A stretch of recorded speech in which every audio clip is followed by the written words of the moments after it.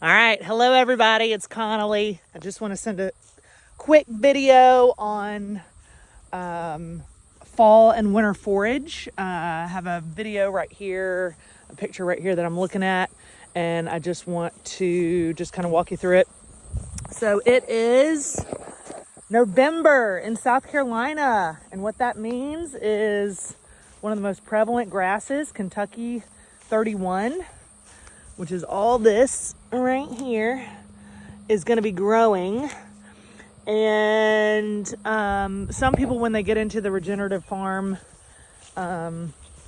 space, or they call an extension service out, they're like, hey, we want to start making our soils better. What do we do? And the first thing they're told is to round up all this. And there are some definite negatives to Kentucky 31. One, there's an endophyte on it, which can cause abortions in horses.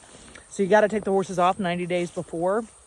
Some people say 30. We like to be safe and take our brood mares off at 90 days before they're born, before they're due. But there's also some other things that say it causes vasoconstriction, heat intolerance, some other things. But remember, this is a cool season grass. So it's going to grow starting right now, and it's going to grow probably through spring. And then the warm season grasses, your Johnson grasses, your blue stem, are going to start, your clovers are going to start filling in. But this is one thing I want to show you that is great about Kentucky 31 is that it is a moneymaker, because right now it is the only thing that will grow.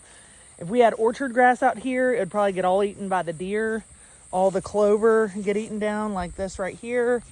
You can also grow rye, but rye is probably not going to come in until like February. And when you're grazing horses on it, when you're grazing cows, it's definitely not going to make them super fat. So that's something to note, that you're going to have to be okay with the animals leaning down a little bit. But here's the good thing, is that it is forage, and they love it, and they're eating it, and it's giving them nutrition, and you can supplement other ways, but it will be food for them to eat. And if I had hay bales out here, they would still choose this grass. So that should show you that even if we deem it as a lower quality grass, because there's definitely way other grasses that are way better, but it feeds them. And that, from a farming perspective, is tremendous, because we need forage to help keep food down, costs down for all these animals.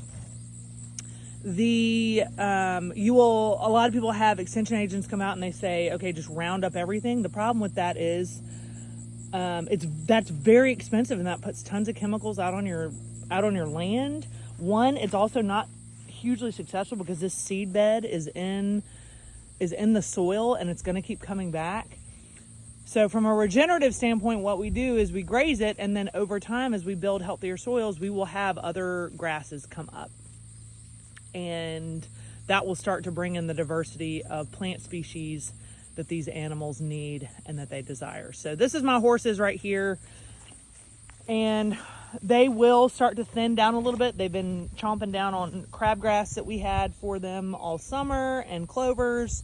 Clovers are coming in, but the fescue does have lower digestible fiber, so that's why they don't stay super fat on it.